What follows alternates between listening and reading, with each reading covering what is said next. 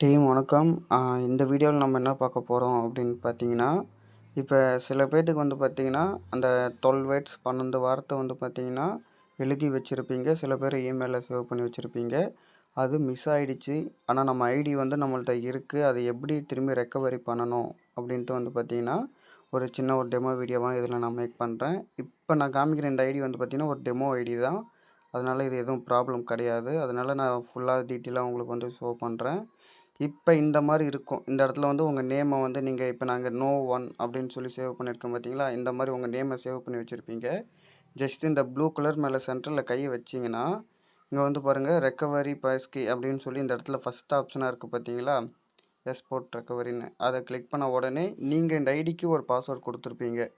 இப்போ இந்த ஐடிக்கு நான் வந்து என்ன பாஸ்வேர்ட் கொடுத்துருக்கனோ அதை வந்து ஜஸ்ட் இந்த இடத்துல நான் எனபிள் பண்ணிவிட்டு இந்த இடத்துல கன்ஃபர்மேஷன் கொடுத்தோன்னா இந்த இடத்துல நீங்கள் ஸ்டார்டிங்கில் க்ரியேட் பண்ணக்குள்ளே இந்த மாதிரி உங்களுக்கு கேட்கும். அந்த ஆப்ஷன் வரும். அதிலே மாதிரி இதில் 3 டிக் கொடுத்து நீங்கள் வந்து நெக்ஸ்ட் ஸ்டெப் அதை கொடுத்தீங்கன்னா ஆட்டோமேட்டிக்காக உங்களோட 12 வேர்ட்ஸ் வந்து பார்த்திங்கன்னா உங்களுக்கு ஜென்ரேட் ஆக ஆரம்பிச்சிடும். ஜஸ்ட் இதை வந்து ஒரு ஸ்க்ரீன்ஷாட் எடுத்துக்கோங்க. திரும்பி வந்து பார்த்திங்கன்னா காப்பி ரெக்கவரி அப்படின்னு சொல்லியிருக்கு. ஜஸ்ட் அதை வந்து காப்பி பண்ணிக்கோங்க. இப்படி பண்ணக்குள்ளே என்ன நடக்கும்னு பார்த்தீங்கன்னா, ஆட்டோமேட்டிக்காக நீங்கள் வந்து யாருக்கெல்லாம் அனுப்பணுமோ, மெயிலில் சேவ் பண்ணணுமோ, இல்லை ஏதோ எழுதி வைக்கணும், அதெல்லாம் வந்து பார்த்தீங்கன்னா, ஆட்டோமேட்டிக்காக இதை வந்து நீங்கள் யூஸ் பண்ணிக்கலாம். தேங்க்யூ.